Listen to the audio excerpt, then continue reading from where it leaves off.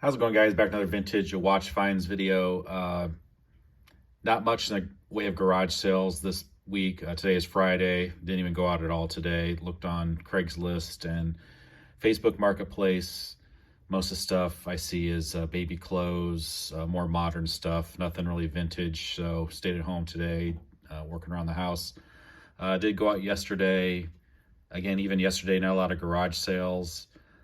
Did go to a couple state sales, church rummage sale, and actually did have a person call me back about some watches they had for sale. So I'll show you guys what I ended up picking up, this little pile of stuff. This was actually at a garage sales mixed in with a bunch of toy cars. I always got to pick these up when I find them. Not in the best of shape. It's missing a tire in the hood, but have a vintage Redline custom Barracuda. So I might have a spare tire to fix that with. End up getting these at a church rummage sale. These were in the boutique section. So have some sterling antique match safes. So I'm pretty sure this one's going to be sterling. Has the look and the weight and the color. It's not marked sterling anywhere. A lot of times it'll be marked on the rim here. This one is not, but there are also times that these aren't marked. So have that one. And then have this one. I'm not too sure if this one is sterling or not. It's a little bit heavier. And the tarnish on there, I'm not sure about that. The back looks to be sterling. This one has like cherubs on it. So I'm not sure if this is sterling or like a sterling plate. Like I said, these were in the boutique section. So these are, everything in the boutique sections priced a little bit higher than actually priced a lot higher than everywhere else in the rummage sale.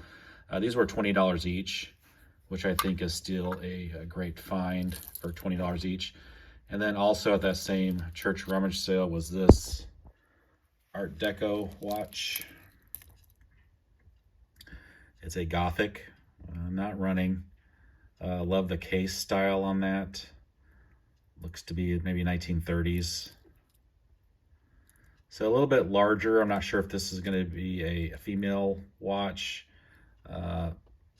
Usually watch from this era when they're this large, they're probably a men's watch. Then it has the initials of the person on the back. I still think that's probably going to be a base metal. I don't think that's going to be gold. And the watch itself is just a base metal. So cool Art Deco Gothic brand watch. And this was at a like a reseller's garage sale. This guy has one once a year. He's goes to estate sales and auctions and buys stuff. Ended up getting this from him for a pretty good deal. You really can't see the dial. That's going to be a Waltham World War II compass watch. So it actually still works. And the only bad thing is the crystal on it is really cracked. So I ended up paying $25 for this. I think even in this condition, it might bring over 100. If the crystal was replaced, it might bring like 150 range, just for cosmetic reasons. But a cool World War II Waltham compass watch. End up getting these couple watches from a watch callback. Had this Luvic, kind of like this military style mechanical watch. You can see this one's running. And then have this ladies Gruen.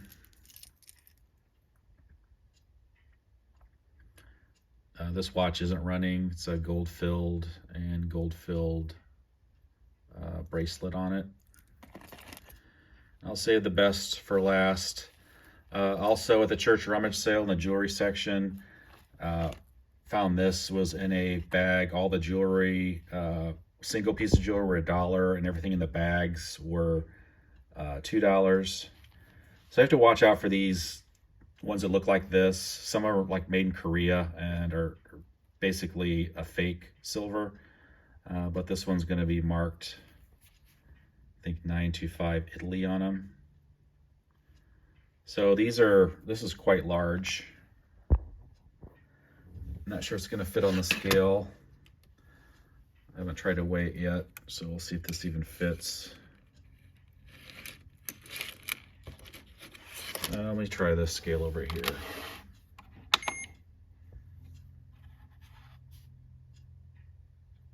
So I'll go to grams. So this is quite large and heavy.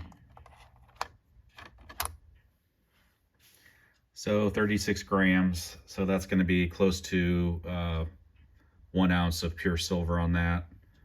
So I think silver is around the 36 range. So nice find with that for only $1, large sterling silver chain.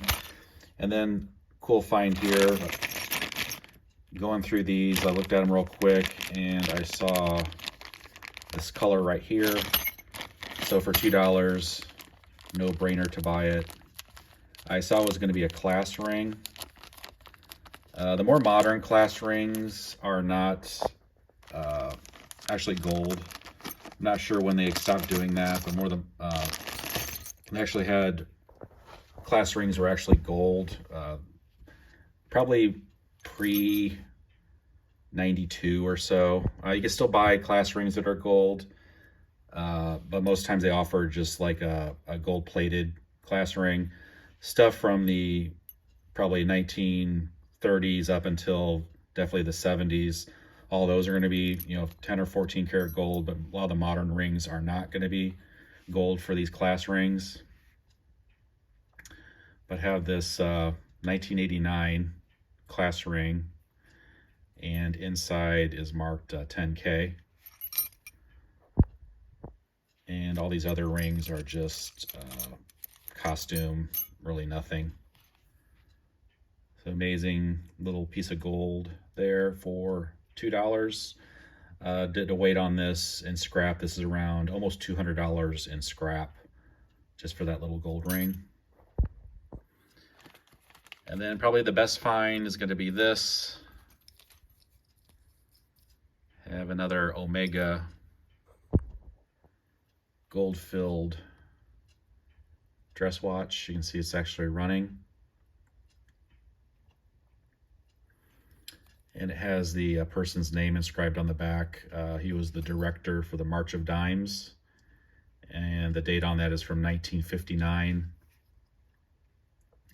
So this watch is at least from 1959. It might be a year or two older than that. So I'm guessing 1958 or a 1957 Omega automatic. Has the bumper movement in it. You can hear it going back and forth.